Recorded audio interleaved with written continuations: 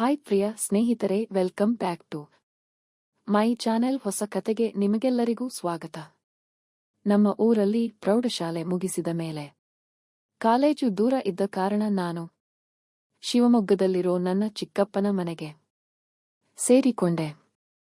ಅಲ್ಲಿ ಡಿಗ್ರಿ ಓದಿ ಮುಗಿಸಿದೆ. ಈಗ ಉದ್ಯೋಗ ಹುಡುಕುತ್ತಿದ್ದೆ. ಚಿಕ್ಕಪ್ಪ ಸತ್ತು ಹಲವು ವರ್ಷ ಆಗಿತ್ತು. ಚಿಕ್ಕಮ್ಮ ಒಬ್ಬರೇ ಇದ್ದರು. ನಾನು ಬಂದ ಮೇಲೆ ಅವರಿಗೆ ಸ್ವಲ್ಪ ಆಸರೆ ಆಯಿತು. ಚಿಕ್ಕಮ್ಮನಿಗೆ ಗಂಡು ಮಕ್ಕಳೇ ಇಲ್ಲ, ಒಬ್ಬನೇ ಮಗಳು. ಅವಳ ಹೆಸರು ಸೌಮ್ಯ. ಸೌಮ್ಯ ನನಗಿಂತ 4 ವರ್ಷ ಚಿಕ್ಕವಳು. ಚಿಕ್ಕಮ್ಮ ಎಲ್ಲೆಲ್ಲಿ ಹೋಗಬೇಕಾದರೂ ನಾನೇ ಕರೆದುಕೊಂಡು ಹೋಗುತ್ತಿದ್ದೆ. ಅವರಿಗೆ ಧೈರ್ಯವೂ ಆಗುತ್ತಿತ್ತು, ಸಹಾಯವೂ ಆಗುತ್ತಿತ್ತು. ಕೆಲವು ವರ್ಷಗಳ ನಂತರ ಸೌಮ್ಯಳಿಗೆ ಮದುವೆ ಫಿಕ್ಸ್ ಆಯಿತು. ಭದ್ರಾವತಿಯ ಒಬ್ಬ ಹುಡುಗನ ಜೊತೆ ಸಂಬಂಧ ಬಂದಿತು. ಮದುವೆ ಆದ ಮೇಲೆ ಸೌಮ್ಯ ಅತ್ತೆ ಮನೆಗೆ ಹೋದಳು. ಅವಳು ಇರುವವರೆಗೆ ಚಿಕ್ಕಮ್ಮನಿಗೆ ಅಡುಗೆ ಮನೆ ಕೆಲಸದಲ್ಲಿ ದೊಡ್ಡ ಸಹಾಯ ಇತ್ತು. ಈಗ ಚಿಕ್ಕಮ್ಮ ಒಬ್ಬರೇ ಆಗಿ ಆಗಾಗ್ಗೆ ಮಗಳನ್ನ ನೆನಪಿಸಿಕೊಂಡು ನನ್ನ ಜೊತೆ ಮಾತಾಡುತ್ತಿದ್ದರು. ನೀನು ನಮ್ಮ ಜೊತೆ ಇದ್ದಿದ್ದೀಯಲ್ಲ, ತುಂಬಾ ಒಳ್ಳೆಯದಾಯಿತು. ನಿನ್ನ ಅಪ್ಪ ಅಮ್ಮನಿಂದ ದೂರ ಇದ್ದು ನನ್ನ ಕಾಳಜಿ ವಹಿಸಿಕೊಂಡಿದ್ದೀಯಲ್ಲ ಅಂತೆಲ್ಲ ಹೇಳಿ ಒಮ್ಮೆಲೆ ಕಣ್ಣೀರು ಹಾಕುತ್ತಿದ್ದರು. ನಾನು ಸಮಾಧಾನ ಮಾಡುತ್ತಿದ್ದೆ. ಅದೇನು ದೊಡ್ಡ ವಿಷಯ ಅಲ್ಲ ಚಿಕ್ಕಮ್ಮ. ನಮ್ಮ ಮನೆಯಲ್ಲಿ ಅಪ್ಪ ಅಮ್ಮನ ನೋಡಿಕೊಳ್ಳೋಕೆ ಅಣ್ಣ ತಮ್ಮ ಇದ್ದಾರಲ್ಲ. ಅಲ್ಲದೆ ನಾನು ತಿಂಗಳಿಗೊಮ್ಮೆ ಹೋಗಿ ಬರ್ತೀನಿ. ಅದಕ್ಕಿಂತ ನನ್ನ ಓದಿಗೆ ನೀವೇ ದೊಡ್ಡ ಸಹಾಯ ಮಾಡಿದ್ದೀರಿಯೇ ಅಂತ. ಚಿಕ್ಕಮ್ಮನಿಗೆ ಸ್ವಲ್ಪ ಮಂಡಿ ನೋವಿತ್ತು. ಮನೆ ಕೆಲಸ ಎಲ್ಲ ಒಬ್ಬರೇ ಮಾಡೋಕೆ ಕಷ್ಟವಾಗುತ್ತಿತ್ತು. ಒಬ್ಬ ಕೆಲಸದವನನ್ನ ಇಟ್ಟುಕೊಳ್ಳೋಣ ಅಂತ ನಾನೇ ಸಲಹೆ ಕೊಟ್ಟೆ. ಮನೆಯಲ್ಲೇ ಉಳಿದುಕೊಂಡು ಸಹಾಯ ಮಾಡಿದ್ರೆ ಚೆನ್ನಾಗಿರುತ್ತೆ ಅಂತ ಅನ್ಕೊಂಡೆ. ಆದರೆ ಯಾರೂ ಸುಲಭಕ್ಕೆ ಸಿಗಲಿಲ್ಲ. ಕೊನೆಗೆ ಚಿಕ್ಕಮ್ಮನ ಪರಿಚಯದ ಮನೆಯ ಹತ್ತಿರದಲ್ಲೇ ಇದ್ದ ಒಂದು ಮನೆಯಿಂದ ಒಬ್ಬ ಹುಡುಗಿ ಬರಲು ಒಪ್ಪಿದಳು. ಬೆಳಗ್ಗೆ ಬಂದು ಕೆಲಸ ಮುಗಿಸಿ ಸಾಯಂಕಾಲ ಮನೆಗೆ ಹೋಗುತ್ತಿದ್ದಳು. ಅವಳ ಹೆಸರು ರೇಖಾ. ನೋಡಲಿಕ್ಕೆ ತುಂಬಾ ಚೆಂದ, ಮೈ ಕೈ ಚೆನ್ನಾಗಿ ತುಂಬಿಕೊಂಡಿದ್ದಳು. 10ನೇ ತರಗತಿ ಓದಿ ಮನೆಯ ಆರ್ಥಿಕ ಸಮಸ್ಯೆಯಿಂದ ಓದು ಬಿಟ್ಟಿದ್ದಳು. ರೇಖಾ ಬಂದ ಮೇಲೆ ಚಿಕ್ಕಮ್ಮನಿಗೆ ತುಂಬಾ ಅನುಕೂಲವಾಯಿತು. ರೇಖಾ ಚೊಕ್ಕಾಗಿ ಕೆಲಸ ಮಾಡುತ್ತಿದ್ದಳು. ಮನೆ ಕೆಲಸ ಬೇಗ ಮುಗಿಸಿ ಅಡುಗೆಯನ್ನು ಮಾಡಿ ಬಿಡುತ್ತಿದ್ದಳು. ಆದ್ದರಿಂದ ಚಿಕ್ಕಮ್ಮ ಮಧ್ಯಾಹ್ನ ಊಟ ಮುಗಿಸಿ ಗೆಳತಿಯರ ಮನೆಗೆಲ್ಲ ಹೋಗಿ ಬರಲು ಶುರು ಮಾಡಿದರು. ರೇಖಾ ಮನೆಯ ಜವಾಬ್ದಾರಿ ಸಂಪೂರ್ಣ ತೆಗೆದುಕೊಳ್ಳುತ್ತಿದ್ದಳು. ನಾನು ಗೆಳೆಯರ ಜೊತೆ ಆಗಾಗ್ಗೆ ಸುತ್ತಾಡಲು ಹೋಗುತ್ತಿದ್ದೆ. ಗೆಳೆಯರ ಜೊತೆ ಸೇರಿ ಯೌವನದ ಜಿಗಿಯುತ್ತಿದ್ದಂತೆ ನಾನು ಸ್ವಲ್ಪ ದಾರಿ ತಪ್ಪಿದ್ದೆ. 9-10 ಗಂಟೆ ರಾತ್ರಿಯಾಗುತ್ತಿತ್ತು. ಒಮ್ಮೊಮ್ಮೆ ಬೇಜಾರಾದಾಗ ರೂಮಿನಲ್ಲಿ ಒಬ್ಬನೇ ಕೂತು ಮೊಬೈಲ್ನಲ್ಲಿ ಆ ರೀತಿಯ ವಿಡಿಯೋಗಳನ್ನ ನೋಡಿಕೊಂಡು ಸಮಯ ಕಳೆಯುತ್ತಿದ್ದೆ. ಅದು ತುಂಬಾ ರೋಮಾಂಚನ ಕೊಡುತ್ತಿತ್ತು. ಒಂದು ದಿನ ಹೀಗೆ ಫೋನ್ನಲ್ಲಿ ಮುಳುಗಿದ್ದೆ. ರೂಮಿನ ಬಾಗಿಲು ಲಾಕ್ ಮಾಡಿರಲೇ ಇಲ್ಲ. ರೇಖಾ ಯಾವಾಗ ಬಂದಳು, ಹಿಂದೆ ನಿಂತಳು ಗೊತ್ತೇ ಆಗಲಿಲ್ಲ. ಸ್ವಲ್ಪ ಹೊತ್ತಿನ ನಂತರ ಅವಳು ನನ್ನ ಭುಜದ ಮೇಲೆ ಕೈ ಇಟ್ಟಳು. ನಾನು ಗಾಬರಿಯಾಗಿ ಹಿಂದೆ ತಿರುಗಿ ನೋಡಿದೆ. ಎಷ್ಟು ದಿನದಿಂದ ಗಮನಿಸ್ತಾ ಇದ್ದೀನಿ, ಏನು ನೋಡ್ತಾ ಇದ್ದೀಯಾ ಅಂತ ಕಿವಿಗೆ ಬಡಿದಳು. ನನಗೆ ಮಾತೇ ಬರಲಿಲ್ಲ. ಅದು ಅಂದೆ ಮಾತ್ರ. ಅವಳು ನಕ್ಕು, ಈ ವಯಸ್ಸಿನಲ್ಲಿ ಇದೆಲ್ಲ ಸಹಜ ಬೀಡು, ಕೇವಲ ನೋಡಿಕೊಂಡು ಇದ್ರೆ ಏನು ಲಾಭ, ಬಾ ನಿಜವಾದ ಮಜಾ ತಿಳಿಸ್ತೀನಿಯೇ ಅಂತ ನನ್ನ ಕೈ ಹಿಡಿದು ಎಳೆದಳು. ನನ್ನನ್ನ ಎದೆಗೆ ಒತ್ತಿಕೊಂಡಳು. ಮೊದಲ ಬಾರಿಗೆ ಒಬ್ಬ ಹುಡುಗಿ ಆ ರೀತಿ ಮಾಡಿದ್ದಕ್ಕೆ ನನಗೆ ತಲೆ ಸುಳಿಯಿತು. ಭಯದಿಂದ ಅವಳನ್ನ ತಳ್ಳಿ ರೂಮಿನಿಂದ ಓಡಿಬಿಟ್ಟೆ. ಅಂದಿನಿಂದ ರೇಖಾಳ ಜೊತೆ ಕಣ್ಣಿಗೆ ಕಣ್ಣು ಬೀಳಿಸಿ ಮಾತಾಡೋಕೆ ಆಗದಾಯಿತು. ಅವಳು ಆಗಾಗ್ಗೆ ಗೇಲಿ ಮಾಡುತ್ತಿದ್ದಳು. ಒಮ್ಮೆಯಾದರೂ ಇವಳಿಗೆ ನನ್ನಲ್ಲಿರೋ ಶಕ್ತಿ ಏನು ಅಂತ ತೋರಿಸಬೇಕು ಅಂತ ಕೋಪ ಬಂದಿತು. ಆದರೆ ಹೇಗೆ ಅಂತ ಗೊತ್ತಾಗಲಿಲ್ಲ. ನನ್ನ ಗೆಳೆಯನೊಬ್ಬನಿಗೆ ವಿಷಯ ಹೇಳಿದೆ. ಅವನು ನಕ್ಕು, ಅಷ್ಟಕ್ಕೆ ಗಾಬರಿ ಪಡಬೇಡ. ಮೊದಲು ಎಲ್ಲರಿಗೂ ಹೀಗೆ ಆಗುತ್ತೆ. ನನಗೂ ಆಗಿತ್ತು. ಈಗ ನೋಡು, 2 ಗರ್ಲ್ ಫ್ರೆಂಡ್ ಇದ್ದಾರೆ ಅಂದ. ನನಗೆ ಸ್ವಲ್ಪ ಧೈರ್ಯ ಬಂತು. ನನ್ನಲ್ಲಿ ಏನೋ ದೋಷ ಇದೆ ಅಂತ ಅನ್ಕೊಂಡಿದ್ದೆ, ಅದು ತೊಲಗಿತು. ಇದಾದ ಕೆಲವೇ ದಿನಗಳಲ್ಲಿ ಇನ್ನೊಂದು ಘಟನೆ ನಡೆಯಿತು. ಇದ್ದಕ್ಕಿದ್ದಂತೆ ಚಿಕ್ಕಮ್ಮನ ಮಗಳು ಸೌಮ್ಯ ತವರು ಮನೆಗೆ ಬಂದಳು.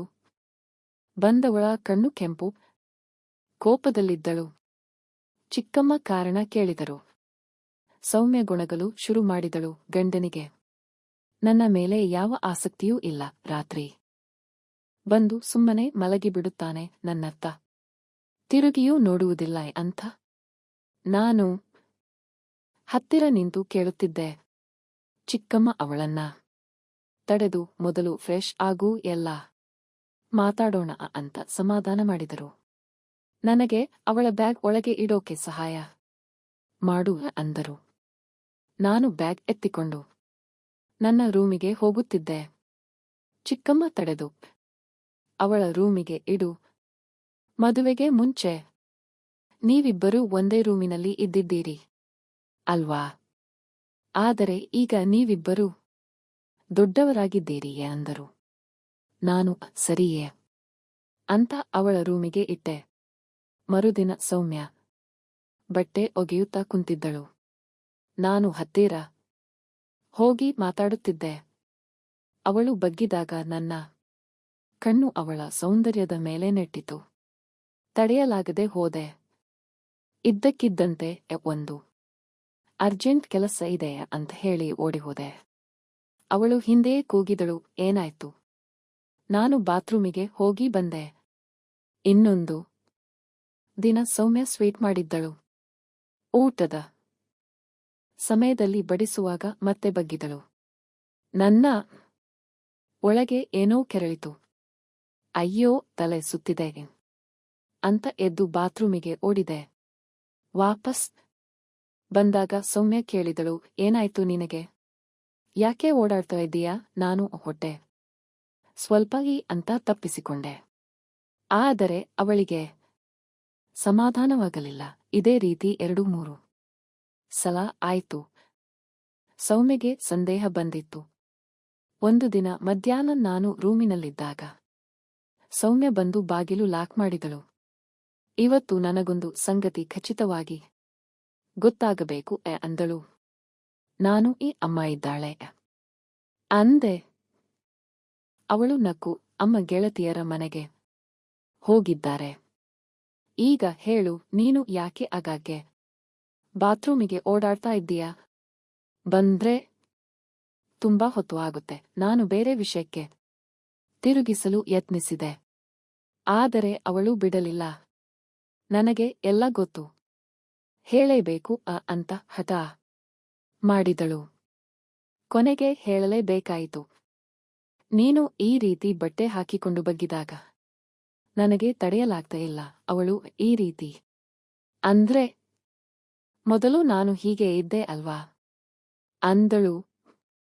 ನಾನು ಆಗ ನೀನು ಚಿಕ್ಕವಳಾಗಿದ್ದೆ. ಈಗ ನೀನು ತುಂಬಾ ಬದಲಾಗಿದ್ದೀಯಾ. ನಿನ್ನನ್ನ ನೋಡಿದ್ರೆ ಒಳಗೆ ಏನೇನೋ ಆಗ್ತಾ ಇದೆ ಅಂದೆ. ಅವಳು ನಕ್ಕು, ಓಹೋ, ಅಷ್ಟೇನಾ? ನಿನಗೆ ಗೆಳತಿ ಇಲ್ವಾ? ನಾನು ಇಲ್ಲ. ಹುಡುಗಿಯರ ಜೊತೆ ಹತ್ತಿರವಾಗಿ ಮಾತಾಡೋಕೆ ಆಗಲ್ಲ, ನಾಚಿಕೆ ಆಗುತ್ತೆ ಅಂದೆ. ಅವಳು ಅಷ್ಟೇನಾ? ಚಿಂತೆ ಬೇಡ, ನಾನೇ ದಾರಿ ತೋರಿಸ್ತೀನಿ ಅಂತ ಹೊರಗೆ ಹೋಗಿ ಮನೆಯ ಮುಖ್ಯ ಬಾಗಿಲು ಲಾಕ್ ಮಾಡಿ ಬಂದಳು. ನನ್ನನ್ನ ಎಳೆದುಕೊಂಡು ಹಾಸಿಗೆ ಮೇಲೆ ಕೂರಿಸಿಕೊಂಡಳು. ನನಗೆ ಏನಾಗುತ್ತಿದೆ ಅಂತ ಅರಿವಿಲ್ಲದಾಯಿತು. ಅವಳು ನನ್ನನ್ನ ತುಂಬಾ ದೂರ ಕರೆದೊಯ್ದಳು. ಮೊದಲ ಬಾರಿಗೆ ಆ ರೀತಿ ಅನುಭವವಾಯಿತು. ಅದಾದ ನಂತರ ಅನೇಕ ಸಲ ನಾವಿಬ್ಬರೂ ಒಬ್ಬೊಬ್ಬರು ಆಸೆಗಳನ್ನ ತೀರಿಸಿಕೊಂಡೆವು. ಒಂದು ದಿನ ನಾನು ರೇಖಾಳ ಜೊತೆ ನಡೆದಿದ್ದನ್ನ ಸೌಮ್ಯಳಿಗೆ ಹೇಳಿದೆ. ಅವಳು ತುಂಬಾ ನಕ್ಕಳು. ಅಯ್ಯೋ, ಅದು ಆಗಿತ್ತಾ?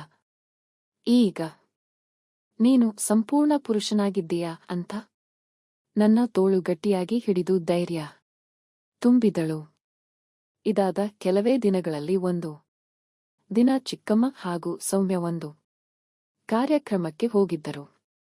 ನಾನು ಮನೆಯಲ್ಲಿ ಒಬ್ಬನೇ ಇದ್ದೆ. ರೇಖಾ ಎಂದಿನಂತೆ ಕೆಲಸಕ್ಕೆ ಬಂದಳು. ನಾನು ಬೇಕೇ ಬೇಕು ಅಂತ ಶರ್ಟ್ ಹಾಕಿಕೊಳ್ಳದೆ ಬರೀ ಬನಿಯನ್ನಲ್ಲಿ ಇದ್ದೆ. ಅವಳು ನನ್ನ ಕಡೆ ನೋಡಿ ಒಮ್ಮೆಲೆ ನಕ್ಕಳು. ನಾನು ಏನು ನಗ್ತಾ ಇದ್ದೀಯಾ ಅಂತ ಕೇಳಿದೆ. ಏನಿಲ್ಲ ಅಂತ ಮತ್ತೆ ನಕ್ಕಳು. ನಾನು ಈಗ ಹೇಳು ಅಂದೆ.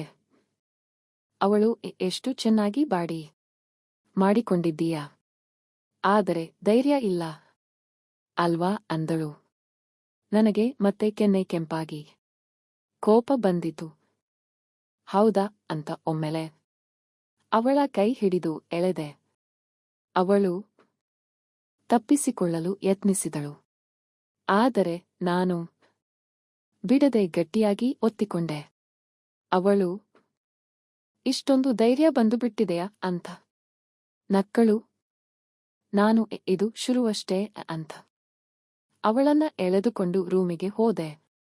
ಅರ್ಧ ಗಂಟೆಯ ನಂತರ ಇಬ್ಬರೂ ನಗುತ್ತಾ ಹೊರಗೆ ಬಂದೆವು. ನನ್ನ ಒಳಗಿನ ಶಕ್ತಿಯ ಮೇಲೆ ತುಂಬಾ ಹೆಮ್ಮೆ ಬಂದಿತ್ತು. ಇದು ಇವತ್ತಿನ ಕತೆ. ಇಲ್ಲಿಗೆ ಮುಗಿಯಿತು. ಕತೆ ಹೇಗಿತ್ತು ಅಂತ ಕಮೆಂಟ್ ಸೆಕ್ಷನ್ ನಲ್ಲಿ ಹೇಳಿ. ನನ್ನ ಚಾನೆಲ್ಗೆ ಹೊಸಬ್ಬರು ಆಗಿದ್ರೆ ಸಬ್ಸ್ಕ್ರೈಬ್ ಮಾಡಿಕೊಂಡು ಪಕ್ಕದಲ್ಲಿರುವಂತಹ ಬೆಲ್ ಐಕಾನ್ನ ಕ್ಲಿಕ್ ಮಾಡಿಕೊಂಡು ಆಲ್ ಆಪ್ಷನ್ ಸೆಲೆಕ್ಟ್ ಮಾಡಿಕೊಳ್ಳಿ. ನಿಮ್ಮ ಪ್ರೀತಿ ಪ್ರೋತ್ಸಾಹ ನಮಗೆ ದೊಡ್ಡ ಬೆಂಬಲ. ಓಕೆನಾ? ಮತ್ತೊಮ್ಮೆ ಮೀಟ್ ಮಾಡೋಣ ಮತ್ತೊಂದು ರೋಚಕವಾಗಿರುವಂತಹ ಕತೆ ಜೊತೆಗೆ. ಅಲ್ಲಿವರೆಗೂ ಬೈ ಬೈ.